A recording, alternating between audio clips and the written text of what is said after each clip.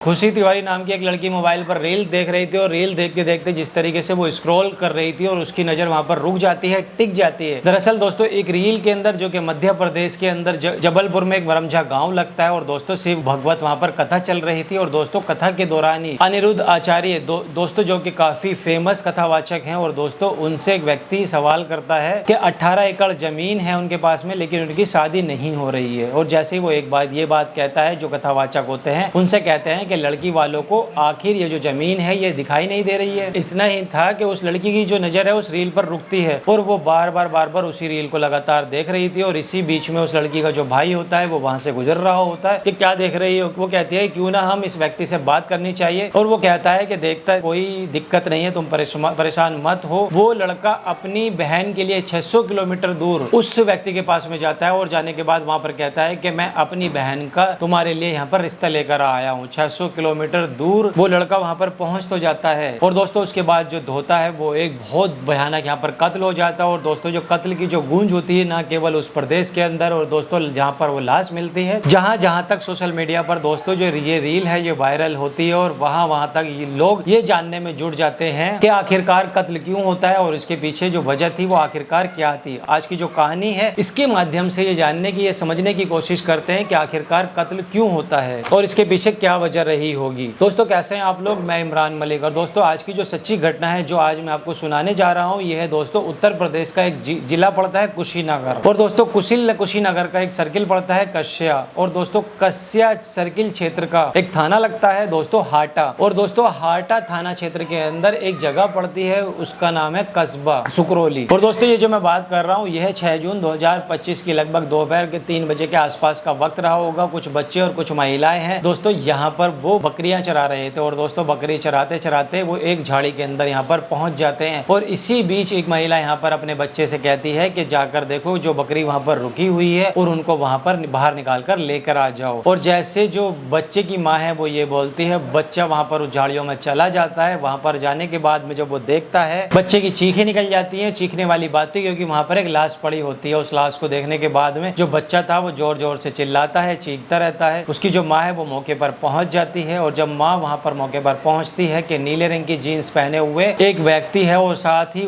उसने लाल रंग की एक चेक की शर्ट पहनी हुई थी और वो वहां पर मरा हुआ पड़ा हुआ है। उसकी गर्दन के अंदर एक बड़ा सा चाकू है जो कि फंसा हुआ है। वो जो महिला है वो जोर जोर से चीखना चिल्लाना वहां पर शुरू कर देती है। उसकी जो चीख है वो आसपास के जो लोग हैं उन तक वो पहुंच जाती है। वार्ड नंबर 4 तक पहुंच जाती है जहाँ के वो रहने वाली होती है और वहाँ की जो सभासद होती है शशि चौधरी और वहां तक इनकी आवाज पहुंच जाती है। जब वो वहां आती है और आने के बाद वो कहती हैं कि सब दूर हट जाओ। तत्काल प्रभाव से वो पुलिस को सूचना दे देती हैं कि यहाँ पर एक लाश पड़ी हुई है कि और ऐसा लग रहा है किसी धारदार हथियार से इसकी गर्दन काटने की कोशिश की है। साथ ही जो गर्दन है उसके अंदर चाकू फंसा हुआ है। अब पुलिस सूचना मिलने के बाद में तुरंत वहां पर पहुंच जाती है। जो कस्या जो सर्किल ऑफिसर होते हैं कुंदन कुमार सिंह जिनका नाम होता है और जो SHO होते हैं यहाँ हाटा के अंदर राम सहाय चौहान, फोरेंसिक टीम होती है और जो बाकी जो टीम होती है उन टीमों के साथ में वो वहां पर पहुंच जाते हैं ये देखने के लिए कि आखिरकार मामला क्या है। यहाँ आकर ये देखते हैं कि तो वाकई किसी व्यक्ति को वाकई चाकू से वार किया गया था और एक बार जाकर चाकू गर्दन में फंस जाता है। अब इसके बाद पुलिस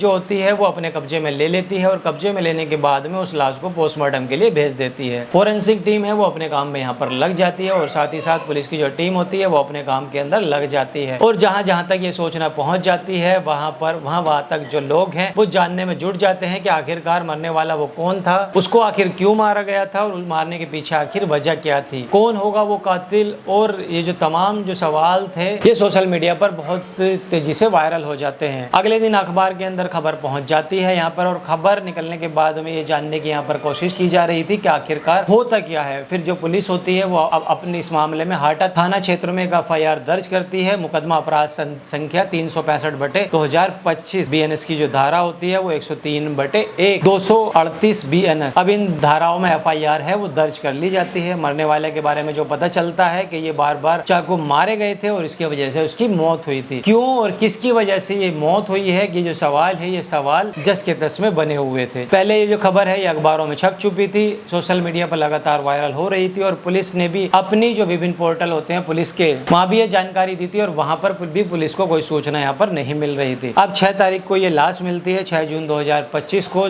10, 11, 12, 15 तक इस तरीके से जो लगातार है वो लगातार दिन बीत रहे थे और पुलिस के जो हाथ थे वो खाली होते जा रहे थे। 20 दिन से ज्यादा का समय बीत चुका था, लेकिन ये पता नहीं चल पा रहा था कि मरने वाला आखिर कौन है। मरने वाले के बारे में आखिर पता नहीं चल पा रहा था, तो कातिल का कैसे पता चल पाएगा और कत्ल का आखिर मोटिव क्या था वो कैसे पता चलेगा। आखिरकार 20 दिन के बाद पुलिस को एक लीड मिल जाती है, वो है 27 या 28 जून 2025 की दोस्तों ये बात है। पुलिस का एक पोर्टल होता है सेंट्रल पोर्टल। अब सेंट्रल पोर्टल के माध्यम से ये पता चल जाता है कि ये जो व्यक्ति है जो मरने वाला है और इसका नाम है इंद्र कुमार और जिसकी उम्र है 45 साल के आसपास की, जो कि पड़वार खिडोला एक गांव लगता है, थाना मझोली लगता है, जबलपुर मध्य प्रदेश का ये रहने वाला होता है। अब आखिरकार ये पता चलता है इसी का जो भाई है मरने वाले का, अजय कुमार तिवारी, और इसने मझोली थाने के अंदर एक FIR दर्ज करवाई है 8 जून 2025 को। उसे ढूंढने की तमाम कोशिश कर रहा हूँ, लेकिन जो मेरा भाई है वो नहीं मिल रहा है। अब जो ऐसी स्थिति आती थी जब भाई ये FIR गुमशुदगी की दर्ज करा दी थी, उधर सेंट्रल पोर्टल के माध्यम से उत्तर प्रदेश की कुशीनगर की पुलिस को ये पता चल जाता है और पुलिस इस व्यक्ति का यानी कि जो इंद्र कुमार होता है उसका जो मोबाइल है उसकी CDR निकलवा लेती है और CDR निकलवाने के बाद में पता ये चलता है कि उसके संपर्क में आखिर कौन कौन आया था, उसकी जो लोकेशन थी वो कहाँ कहाँ गया था, वो कहाँ कहाँ वो नहीं गया था, उसके मोबाइल के माध्यम से सारी डिटेल निकालने की कोशिश की जा रही थी। तब पुलिस को दोस्तों 3 नाम निकलकर सामने आते हैं और एक नाम होता है वो होता है साहिबा बानो, साथ ही दूसरा व्यक्ति होता है शमसुद्दीन अंसारी का और तीसरा होता है कौशल कुमार गौर। ये तीनों लोग हैं, ये महिला है जो लड़की है, इसने प्रेम विवाह किया था कौशल कुमार गौर से। अब कौशल कुमार गौर है विवाह करने के बाद गोरखपुर का कूड़ा घाट जगह पड़ती है और वहां पर जाने के बाद में ये किराए के मकान में रहना शुरू कर देते हैं। प्रेम विवाह करने के बाद में इसने साहिबा बानो ने अपना नाम बदलकर खुशी तिवारी रख लिया था और जिंदगी में इनका ठीक ठाक चल रहा था। एक दिन इंटरनेट पर सोशल मीडिया पर रील देख रही थी और रील देखते देखते ये एक रील पर जाकर रुक जाती है, टिक जाती है कि एक व्यक्ति अनुरुद्राचार्य से एक सवाल करता है कि मेरी शादी नहीं हो रही है और 18 एकड़ जमीन होने के बावजूद मेरी शादी नहीं हो रही है। तभी कथावाचक अनुरुद्राचार्य कहते हैं कि लड़कियों को यह दिखाई नहीं देता है कि कोई और तो दिखता नहीं है इस रील को, लेकिन साहिबा उर्फ खुशी तिवारी वो इस रील को लगातार देखती रहती है। और इसके बाद जो उसका पति होता है जिसका नाम कौशल बताया जा रहा था, वो अपने ही पति को भाई बनाकर जिसका नाम संदीप यहाँ पर रखा जाता है उसको यहाँ पर भेज दिया और लगभग 600 किलोमीटर दूर उस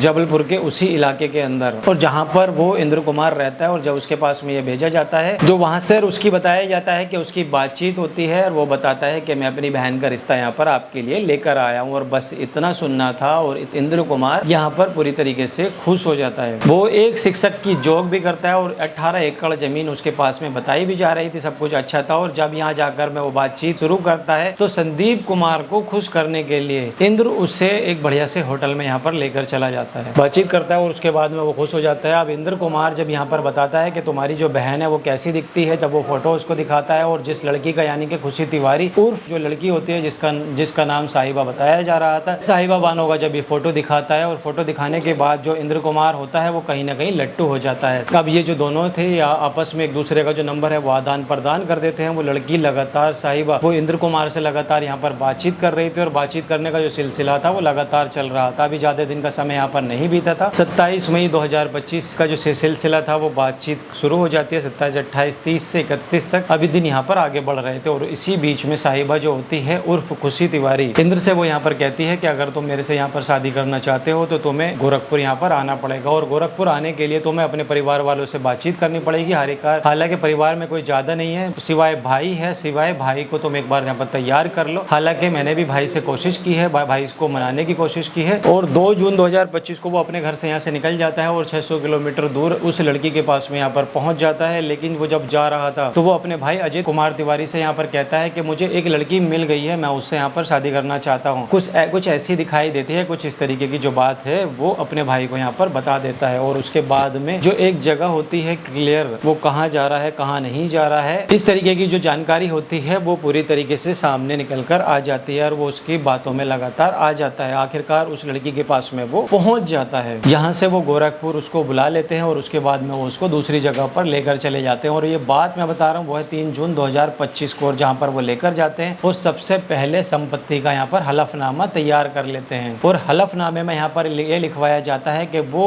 व्यक्ति को उससे अगर उसको कुछ हो जाता है, अगर वो मर जाता है तो उसके मरणों उपरांत उसकी जो जमीन है 18 एकड़ उसकी जो संपत्ति है उसके पास में जो भी धन दौलत है वो सब की सब जब साहिबा बानो उर्फ खुशी तिवारी के पास में उसके हाथ में आ जाएगी, उसको ही मिल जाएगी यहाँ पर। और साथ में नाम था उसका संदीप था, जो कि उसका मुंह बोला भाई था। अब ये दोनों पूरी प्लानिंग के साथ में यहाँ पर चल रहे थे। अब सब कुछ ठीक ठाक यहाँ पर चल रहा था। अब अगली तारीख यहाँ पर आती है। जो उसका पति है कौशल, ये सब दोनों दोनों साथ में बैठ जाते हैं। शमसुद्दीन नामक व्यक्ति जो है वो, जो कि गाड़ी को यहाँ पर राइड कर रहा होता है। अब बैठने के बाद में ये जो गोरखपुर यहाँ पर छोड़ देते हैं और उसके बाद में सीधे ये कुशीनगर पहुंच जाते हैं। और कुशीनगर जाने के बाद में ये एक सर्किल लगता है और सर्किल लगने के बाद में जगह आती है कसिया। और कसिया में जाने के बाद में दोस्तों ये 5 जून 2025 को, और यहाँ पर एक आइडियल के नाम से एक होटल होता है, होटल में रुकते हैं। और वहाँ पर रुकने के बाद में शादी ये आपस में कर लेते हैं। कमरे के अंदर दोस्तों एक झूठ मूठ की जो शादी होती है, प्रायोजित ये शादी वहाँ पर कर लेते हैं। उसको शादी यहाँ पर कर दी जाती है। उसके मांग में सिंदूर भर देता है, उसको बढ़िया से यहाँ पर कपड़े पहनाए जाते हैं, साड़ी उसको पहना दी जाती है। और अपने घर से लगभग 1,30,000 रुपए की जो रकम होती है, जो जेवरात होते हैं, वो लेकर आया था। उस लड़की को वहाँ पर पहना दिए जाते हैं और पहनाने के बाद में मांग में उसके सिंदूर भर दिया जाता है। और शाम यहाँ पर हो चुकी थी। और दोस्तों उसके बाद में सुहागरात की जब यहाँ पर तैयारी होती है, सुहागरात मनाने की तैयारी होती है, तो बैठकर ये दोस्तों आराम से तैयारी से यहाँ पर खाना खा रहे थे। अब ये इंदर यहाँ पर नहीं जानता था कि जिस खाने को यहाँ पर वो खा रहा है, दरअसल उस खाने के अंदर नशीली यहाँ पर दवाइयाँ मिली हुई हैं, क्योंकि वो इसे वो खाएगा और खाने के बाद में उसको तुरंत नींद आ जाएगी। और उसको बिल्कुल भी इस बात की जानकारी नहीं थी। वो तो यहाँ पर इस बात से खुश था कि उसकी 42-45 साल की उम्र में शादी हो रही है और जैसे वो उस खाने को खा लेता है और खाने के बाद में उसकी प्रयोजित तरीके से उसकी हत्या कर दी जाती है। अब जब पुलिस इस बात का खुलासा करती है तो इन 3 लोगों को यहाँ पर गिरफ्तार कर लिया जाता है। गिरफ्तार करने के बाद में इन तीनों लोगों को जेल भेज दिया जाता है। तो दोस्तों फिलहाल इस वीडियो में इतना ही। वीडियो कैसी लगी आपको, वीडियो को लाइक कीजिएगा, चैनल को सब्सक्राइब कीजिए। तब तक मिलता हूँ अनदर वीडियो में। जय हिंद।